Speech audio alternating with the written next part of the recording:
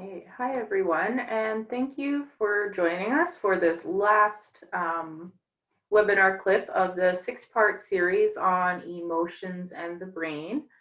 This last webinar clip is going to cover some self-care strategies that are important for our well-being and our holistic wellness. My name is Erin Papanicus, and I'm a school psychologist at the MFNERC. So as we previously saw, we covered parts of the brain that are important in understanding our emotions and the ability to regulate these emotions. We then covered flipping your lid and states of fight, flight, freeze that can come as a result. And these concepts are important to understand emotional regulation and co-regulation and why some students require someone to co-regulate with them. So Alex previously covered some effective strategies that can be used to co-regulate, such as name it to tame it, connect and redirect, and move it to lose it. For today, the strategies that we are going to cover are based on the 4 quadrants of the medicine wheel. And as you will see, a lot of the activities can really go into any of the quadrants. So engaging in 1 or 2 activities, for example, can really help in all aspects of our self-care. So our mental, physical, spiritual, and social well-being.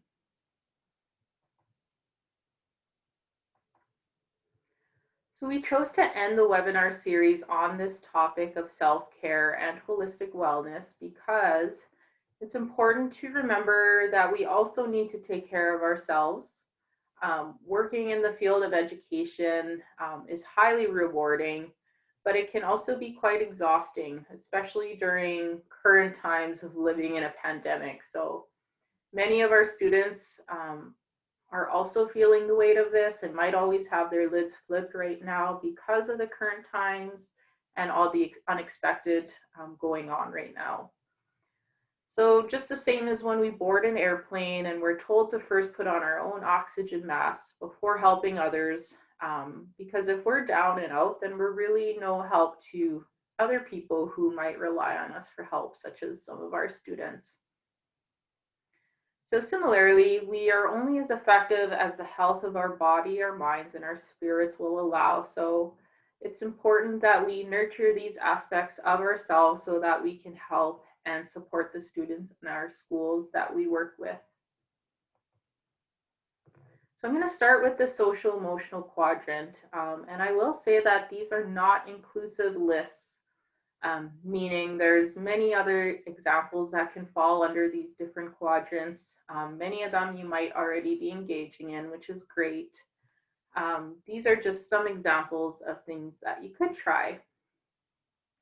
So for social emotional, some examples include engaging in favorite leisure activities, either alone or with a friend, recognizing when and how to seek support when you need it, spending time with close friends and family, writing in a journal, listening to your favorite music, or going out to eat or just for a drive.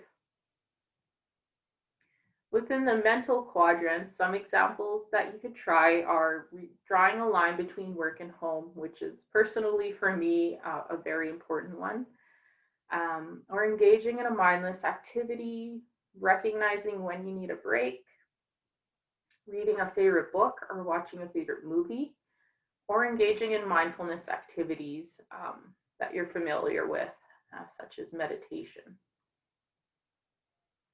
Within the spiritual quadrant, some examples can include seeking guidance or support from elders or knowledge keepers in your community, learning about your culture and tradition, smudging, going to sweat lodges, praying, attending ceremonies, taking time for yourself, or engaging in storytelling, or just learning about your family histories.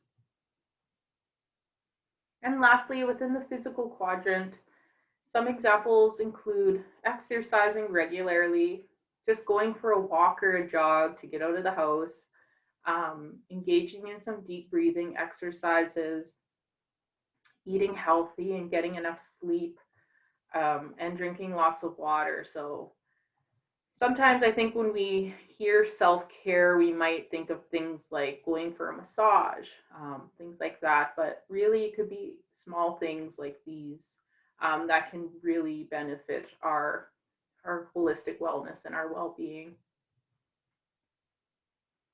So just to end, these are some key takeaways from the previous webinar clips throughout this webinar series. So we first learned that our prefrontal cortex is what helps us make smart choices, and our amygdala is what keeps us safe, and our hippocampus is what saves our memories. And when our amygdala is in control, for example, during fear or danger or other intense emotions, we can flip our lid and it becomes very difficult to make smart decisions. And when our lids are flipped, our bodies can go into a fight, flight, or freeze response to real or perceived threats. So this makes it very hard to think clearly and logically. We also learned that the ability to manage emotions, also known as emotion regulation, is developed through relationships with caregivers, and these must be taught to children and teens. Co-regulation strategies focus on understanding and connecting with the emotions that are driving the situation and the underlying behavior. And lastly, as we just saw and learned, before we can support our students, we need to ensure we are taking care of our own body, mind, and spirits first. So thank you very much for attending and tuning in. And we hope you learned something useful on the brain and the big emotions that we may feel at times.